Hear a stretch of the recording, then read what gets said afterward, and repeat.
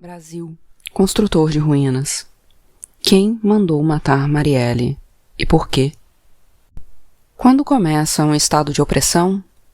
Quando a exceção se instala? Em The Handmaid's Tale, O Conto da Aia, a excelente série de TV baseada num livro de Margaret Atwood, há um diálogo que ilumina essa questão. Mas quando isso começou? Pergunta a personagem. E a resposta: estava acontecendo aos poucos e não percebemos. Para quem não viu, The Handmaid's Tale é a obra que mais refletiu a segunda década do Brasil e em parte do mundo. Submissão, Alfaguara, o tão comentado livro do francês Michel Houellebecq, é outra obra que amplificou seus ecos nos últimos anos. Tanto a série quanto o livro têm na opressão das mulheres a base do regime comandado por homens. O poder é exercido a partir do recontrole dos corpos femininos, do sexo e da reprodução. A boa ficção só vai melhorando com o tempo, porque foi capaz de ecoar o que apenas se balbuciava nos cantos da realidade. Retomo então a pergunta: quando começou para nós brasileiros? Se buscarmos uma data, o início é 14 de março de 2018, dia da execução de Marielle Franco. Quando soube que Marielle Franco havia sido assassinada, eu tinha acabado de chegar de Anapu, a cidade que recebeu o sangue de Dorothy Stang. 4 tiros tinham arrebentado a cabeça bonita de Marielle, e também aquele sorriso que fazia com que, mesmo eu, que nunca a conheci, tivesse vontade de rir com ela. Ainda hoje tenho vontade quando vejo a sua fotografia, e rio com Marielle. E então lembro o horror da destruição literal do seu sorriso. E então eu não choro, eu escrevo. Quando a notícia chegou, eu ainda estava na Amazônia, mas me preparava para pegar um avião para São Paulo. Eu carregava no meu corpo o horror de ter constatado que a violência contra os pequenos agricultores no Pará era, naquele momento, pior do que em 2005, ano do assassinato de Dorothy. Havia então, em Anapu, uma trilha vermelho-sangue de execução de trabalhadores rurais ocorridas desde 2015. Pessoas que não tinham cidadania americana para chamar a atenção da imprensa. Ainda na estrada de Anapu, eu havia sido alcançada pela notícia do assassinato de Paulo Sérgio Almeida Nascimento, diretor da Associação dos Caboclos, Indígenas e Quilombolas da Amazônia. Paulo recebia ameaças por sua atuação e fez repetidos pedidos de proteção policial. Ele cobrava providências dos governos federal e do Pará, além da Prefeitura de Barcarena, sobre a atuação da mineradora norueguesa Hydro-Alunorte, que comprovadamente contaminou a água dos rios da região, ameaçando a vida da população e o meio ambiente. Paulo foi assassinado 2 dias antes de Marielle. Em Anapu, eu tinha escutado o padre Amaro Lopes afirmar que sabia quem estava armando para ele, que inventariam algo para interromper sua luta. Ele era considerado o sucessor de Dorothy Stang na proteção dos direitos dos trabalhadores rurais e da floresta amazônica na região. Para mim, era claro que as reais sucessoras de Dorothy eram as freiras que dividiam a casa com ela e que seguiam seu trabalho sem escorregar em vaidades pessoais. O trabalho de Amaro Lopes, porém, era importante o suficiente para ser interrompido pela violência. 2 semanas mais tarde, como o padre havia previsto, ele foi preso numa operação cinematográfica pela polícia do Pará e acusado de quase tudo. O objetivo era assassinar a sua reputação e neutralizá-lo. Naquele momento, foi alcançado. Quando soube da execução de Marielle, era este o mapa de mortes ao redor de mim, apenas no pequeno círculo que era eu. Essas mortes, ainda que não diretamente, estavam conectadas. Elas expressavam um novo momento do país, um em que a vida valia ainda menos, e a justiça era ainda mais ausente, quando não conivente. Desde 2015, a tensão no campo e nas periferias urbanas crescia no país. Era o resultado direto da fragilização da democracia pelo processo de impeachment, que sempre se faz sentir primeiro nos espaços mais distantes dos centros de poder e menos alcançados por políticas públicas. Mesmo antes de ser afastada, Dilma Rousseff já estava concedendo o que não se pode conceder, no desespero de barrar o processo que a arrancaria do processo para o qual fora eleita. Na Amazônia, esses recados são interpretados como autorização. Essas mortes expressavam também como o Brasil arcaico, aquele que ganhou uma imagem eloquente no retrato oficial do primeiro-ministro de Michel Temer, esmagava o Brasil insurgente que tinha avançado nos últimos anos, aquele que deslocava dos lugares dos centros e das periferias, confrontava o apartheid racial não oficial, rompia com os binarismos de gênero, enfrentava o patriarcado com cartazes e seios nus. Era o Brasil insurgente que se buscava ferir de morte, aquele que se levantou por Amarildo de Souza, o pedreiro torturado e assassinado dentro da unidade de polícia pacificadora da Rocinha, no Rio, em 2013. Onde está Amarildo? Foi o grito precursor de todos os gritos. O Brasil insurgente que ocupou os prédios abandonados em nome da especulação imobiliária do centro de São Paulo e de outras cidades, para viver e fazer viver em um dos movimentos mais potentes da segunda década deste século, o dos sem-teto. O Brasil insurgente que denunciou que Rafael Braga foi o principal preso político dos protestos de 2013, porque era o pobre e era o negro que estava passando. Suas armas, um frasco de desinfetante Pinho-Sol e outra de água sanitária da marca Barra. Era este o Brasil que se buscava assassinar ao acertar a cabeça bonita de Marielle. O Brasil capaz de desafiar a paz que só é para alguns. O Brasil capaz de criar vida a partir das ruínas. Era este o que tentavam parar, mas que já não há como parar. Não apenas o Brasil que resiste, nem o que reexiste, mas o Brasil que resiste. E seguirá resistindo. Eu descia a escada da casa que alugava. Ao chegar ao último degrau, tive a sensação de que o Brasil tinha sido rasgado. Comecei a descer a escada em um país e terminei em outro. No meio, a notícia do assassinato de Marielle Franco. O corpo flagelado de Marielle era o rasgo. Quando viajava para São Paulo, num percurso longo de 3 voos, em que podia checar as informações apenas nas escalas, percebi que esse sentimento não era só meu. Uma parte do Brasil se levantava, ocupava as ruas, se retorcia e gritava.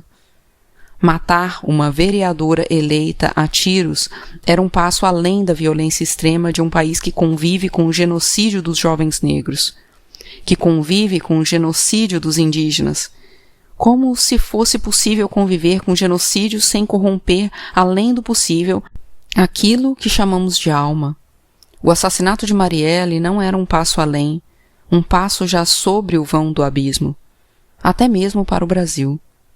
Desde 2014, eu comecei a escrever uma palavra em vários dos meus artigos.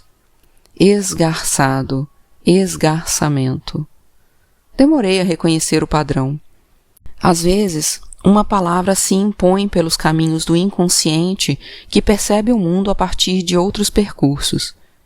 Esgarçada, a carne do país agora se rasgava, como se os corpos furados a bala, os corpos negros, os corpos indígenas, ao se tornarem numerosos demais, tivessem tornado impossível sustentar qualquer remendo. Mesmo uma costureira amadora sabe que não é possível cerzir um pano rasgado demais, onde a pele juntada com agulha e linha de imediato se abre. Já não havia integridade possível no tecido social do Brasil, porque se matou demais. Marielle era o além do demais. Entendi então que também era um Brasil que morria com Marielle, e que daquele dia em diante entraríamos numa outra fase de nossas ruínas continentais. Acredito que estava certa, mas acredito também que estava errada. Estava certa porque Marielle Franco acolhe em seu corpo todas as minorias esmagadas durante 500 anos de Brasil.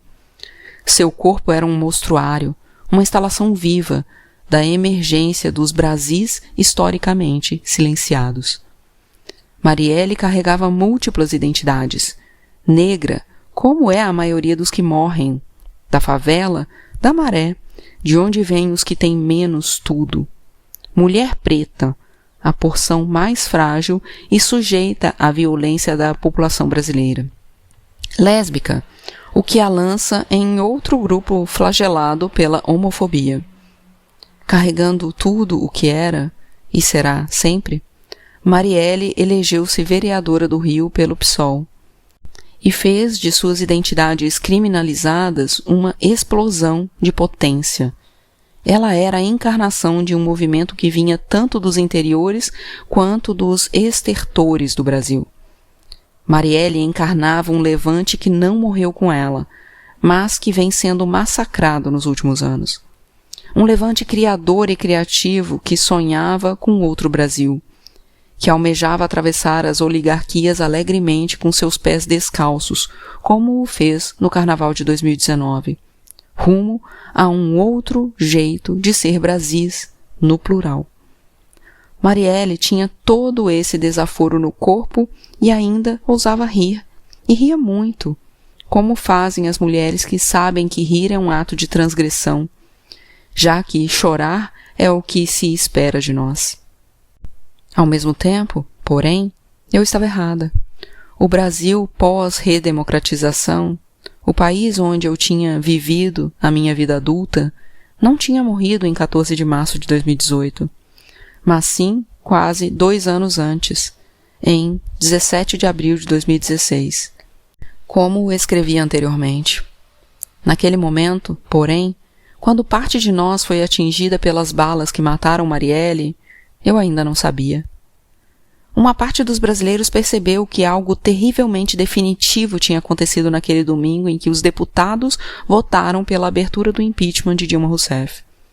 Mesmo os que eram favoráveis à deposição se chocaram com as tripas à mostra dos parlamentares, a votar em nome de Deus e da família contra uma presidenta que não havia cometido crime de responsabilidade. A vergonha atingiu quase todos nós, ou pelo menos muitos.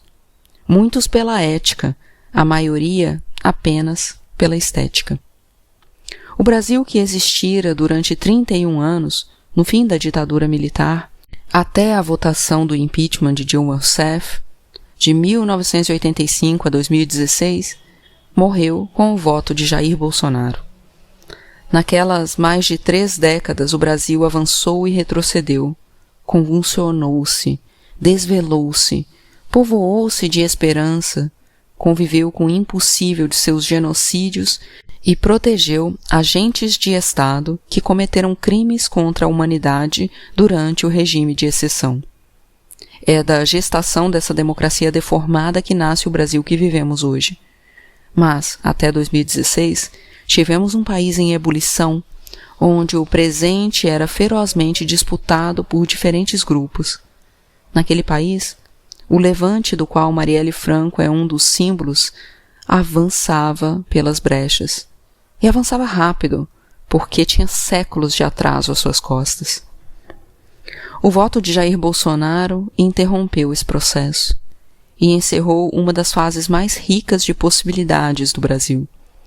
Seu voto consumava também a ligação entre os 2 momentos do país, saltando sobre o período democrático. Ao invocar o torturador e apontar o pavor da torturada, Bolsonaro uniu o passado ao futuro, como se ambos houvessem sido o mesmo. O dia seguinte decidiria o futuro do Brasil.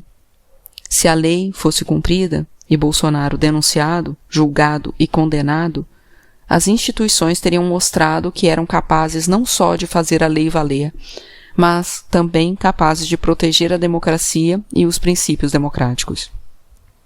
A serviço das forças muito além de sua família, Bolsonaro era aquele soldado raso, despachado para a frente de batalha para descobrir se explode ou se a tropa mais gabaritada pode avançar com relativa segurança. Como ele ameaçou uma presidenta e homenageou um torturador e continuou tocando a vida porque a lei era a palavra morta, o Brasil afundou ali. Menos de um mês depois, em 12 de maio de 2016, dia do afastamento de Dilma Rousseff da presidência do país, Bolsonaro mergulhou nas águas do Rio Jordão, em Israel, para ser batizado pelo pastor Everaldo Dias Pereira, líder do PSC. Foi também naquele voto que Bolsonaro virou presidente da República, ou alguém com muitas chances de se tornar presidente da República. De personagem bufão do baixo clero do Congresso, ele foi promovido a representante das forças mais arcaicas, tanto as que queriam garantir a ampliação de seu poder no Planalto, como os ruralistas, quanto as que queriam alcançar o poder central, caso dos evangélicos. Naquele momento, também os setores das Forças Armadas, profundamente incomodados com a Comissão da Verdade e a pressão pela revisão da Lei da Anistia, viram uma oportunidade. Arriscada, mas ainda assim uma oportunidade. O capitão reformado, que era conhecido como oportunista, instável, insubordinado, poderia ser útil para barrar a produção de memória sobre o regime de exceção e reescrever a história. Poderia ser útil também para garantir a volta dos generais ao Planalto sem o trauma de um golpe clássico, como ocorreu em 1964. Acreditaram-se poder controlá-lo. Deviam ter ouvido um general mais experiente antes de se meter na perigosa aventura bolsonarista. Em 1993, em entrevista aos pesquisadores Maria Celina de Araújo e Celso Castro, o general Ernesto Geisel, quarto militar a presidir o Brasil durante a ditadura, afirmou: "Não contemos o Bolsonaro, porque o Bolsonaro é um caso completamente fora do normal, inclusive um mau militar." Marielle Franco foi morta neste novo Brasil, e por este novo Brasil escancarado pelo crime de Bolsonaro ao votar pelo impeachment. Este novo Brasil que é velho, já o novo que vem das raízes, representado por Marielle, o que vem da insurreição dos negros aquilombados, da resistência quase transcendental dos povos indígenas, das mulheres que amam suas bucetas, aqueles que não se encaixam na normatização dos corpos. É este que está sendo esmagado. Também por isso é imperativo saber quem mandou matar Marielle e por quê. Seja qual for a resposta objetiva, concreta, Marielle também foi morta por carregar no seu corpo o levante dos Brasis periféricos que nos últimos anos vem reivindicando o lugar de centro. Ela era a expressão cheia de curvas que tudo aquilo que aqueles que só conseguem conviver com ângulos retos sentem compulsão por exterminar. Não apenas porque são incapazes de lidar com outras formas geométricas, mas porque quando os excluídos do Brasil ocupam as tribunas pelo voto, aqueles que acham que o poder é parte do seu destino hereditário temem por seus privilégios. Desde que a primeira mulher presidenta foi arrancada do Planalto por um impeachment descabeçado, a violência na floresta, no campo e nas cidades recrudesceu. A percepção era de que algo represado, contido com muito esforço, se liberava. E de fato se liberava. Todo o desejo de destruição recalcado pelo que chamam de politicamente correto, mas que é outra coisa, emergiu. E da forma violenta, como costuma romper o que é controlado com esforço, o que é empurrado para o fundo, sem trabalho de elaboração, tanto na esfera pública quanto na privada. Ainda assim, as Marielles seguiram. É de desejo de destruição que falamos, e é majoritariamente um desejo de destruição dos corpos das mulheres e dos LGBTQI, dos corpos que se recusam a ser normatizados, como Jair Bolsonaro e seus seguidores deixaram claro na campanha de 2018. Acrescentaria ainda nessa lista os corpos dos que praticam as religiões de origem africana, que, por serem os corpos que barram um crescimento ainda maior das evangélicas neopentecostais, são corpos a ser demonizados. Quando o Bolsonaro invoca a tortura do corpo da presidenta ao votar pelo impeachment, é a vontade de destruição do corpo de Dilma que reafirma. Como em 2014 já havia feito a apologia do estupro ao agredir a deputada federal Maria do Rosário, do PT. Os atuais donos do poder deflagraram uma guerra pelo controle dos corpos, aquilo que Jair Bolsonaro pregou como o fim das minorias, que deveriam se curvar diante da minoria. O menino veste azul, a menina veste rosa, proclamado pela ministra da Mulher, da Família e dos Direitos Humanos, a evangélica Damares Alves, não é uma distração ou um factoide, e sim o enunciado de uma feroz disputa de poder.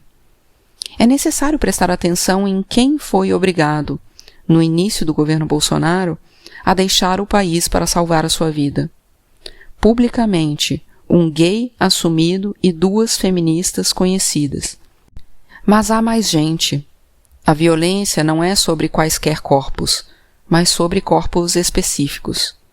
O que se disputa, vale repetir, é o controle sobre os corpos que se insurgiram, o das mulheres, o dos negros, o dos indígenas, o dos LGBTQI. Também não foi qualquer imagem que Bolsonaro escolheu lançar no Twitter para tentar desqualificar o Carnaval de 2019, mas sim uma relação sexual entre 2 homens. Bolsonaro se descontrolou um pouco mais porque o Carnaval mostrou, ao responder à violência do seu governo com sátira, alegria e ocupação do espaço público, que o levante continua vivo, e muito vivo. O Brasil experimenta um cotidiano de exceção, desde o voto de Bolsonaro, e ruma para um estado de exceção, desde o voto em Bolsonaro. A destruição do corpo de Marielle Franco, o corpo político que se recusava a ser subjugado, é a sua mais exata tradução. Desde 14 de março de 2018, sabíamos que não se tratava apenas da elucidação de um crime, mas da exposição das entranhas de um país. Marielle presente, hoje, sempre.